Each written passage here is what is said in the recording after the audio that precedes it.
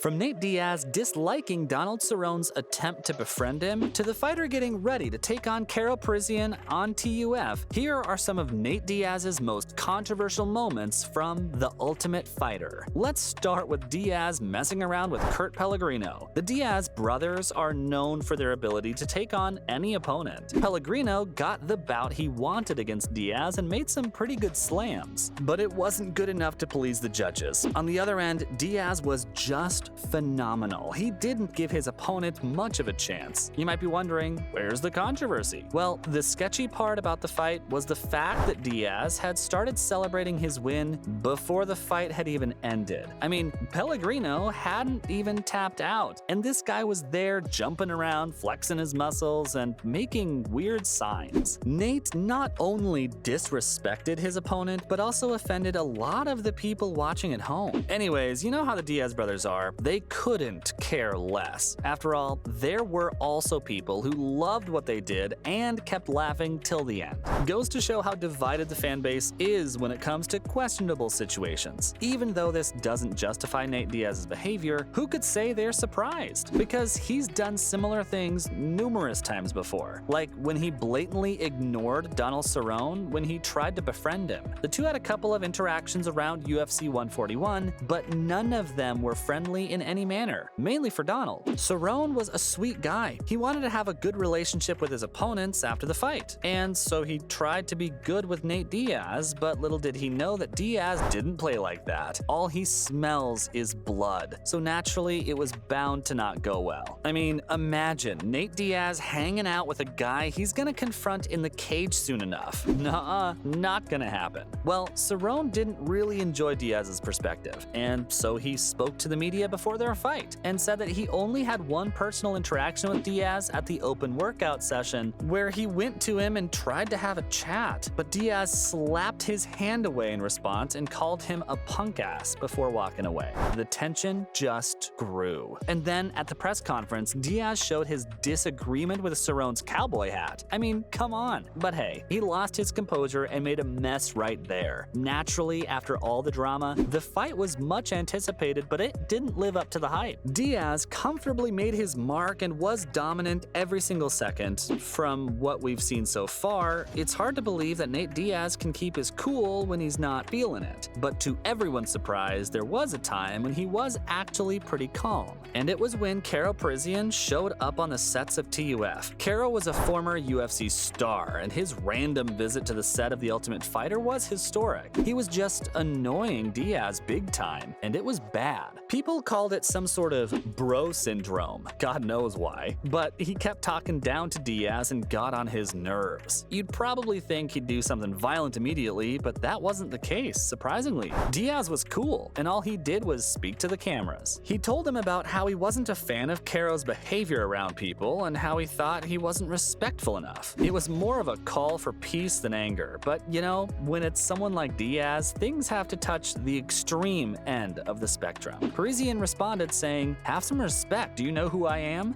That was a trigger point. Diaz had that look on his face. It was a mean mug. He was moving back and forth like a wounded animal and shouted, saying that he'd pop Karo if he got near him. Honestly, if there had been a fist fight, it would have been arguably the greatest thing on the TUF. But Diaz felt it was unnecessary. He was cool all this time, but after Karo's comments, he lost it. Fortunately or unfortunately, nothing significant happened and Parisyan eventually left the set. But he left behind one of the most unexpected and memorable moments in TUF history. This time around, Nate was calm initially, but it's very unlikely that this happens when the two brothers are together. I mean, they went on and beat up Jason Miller with their crew. For context, the brawl actually took place after another fight. Jake Shields was defending his title against Dan Henderson. Shields was a friend of the Diaz bros, and he ended up winning his match against Dan, but during his post-match interview, Miller somehow bypassed the security and snuck in. Keep in mind that he was unauthorized to do so. He interrupted the interview and he asked Shields for his rematch. It was complete chaos. Shields shoved him away at first, but then Nick and Nate got involved. The situation got pretty heated up and the Diaz brothers, along with their gang, beat up Jason. Thankfully, Henderson's corner guards interfered at the right time and broke up the fight. If not for them, who who knows what would have happened to the poor guy. Nate has done some pretty controversial stuff away from the TUF screens, and UFC fans sometimes hated him for it too, especially when it was him insulting McGregor and his country at UFC 196. It was arguably one of the greatest rivalries in UFC history. Yeah, Conor McGregor, you're taking everything I work for, mother. I'm gonna fight your ass.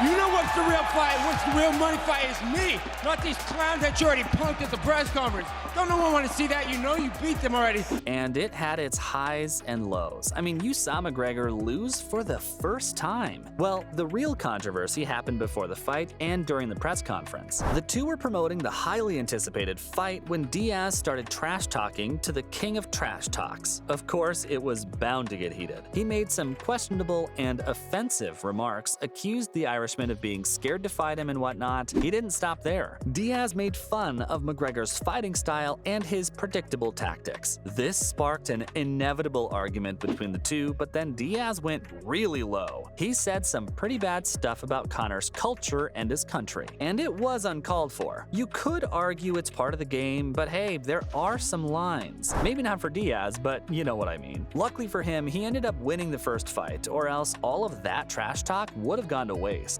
But McGregor took his revenge the second time around. In fact, there was some heat during the second press conference too. Diaz went all in this time. Now that he'd won the first bout, he said McGregor was running away during their fight, and that he's got no chance this time as well. Unfortunately for him, it didn't turn out well this time, and the Irishman got his revenge. But I'm sure by now we've established that Nate Diaz isn't going to change. He repeated the same behavior in his pre-match press conference with Jorge Masvidal. You know what they say, old habits die hard. It's the same with Mr. Nate Diaz. Before his fight in UFC 244, he had a heated verbal exchange with Jorge Masvidal, which is pretty normal, but you don't go around calling someone a fake gangster. Diaz was on top in that press conference. He went all in, first calling out Masvidal on his fighting ability, and then questioning his reputation as a street fighter. I'll be honest, it was dirty from Diaz. No one wants their roots to be questioned, and definitely not Masvidal. This was just a teaser of what went on in that press conference, but it did its job. The fans were waiting for the fight as both fighters had made some big claims. Now it was time to prove themselves. But unfortunately, Diaz fell short yet again. Masvidal was just too good for him that night, and he came out victorious via TKO. That'll be all on Nate Diaz's most controversial moments in TUF.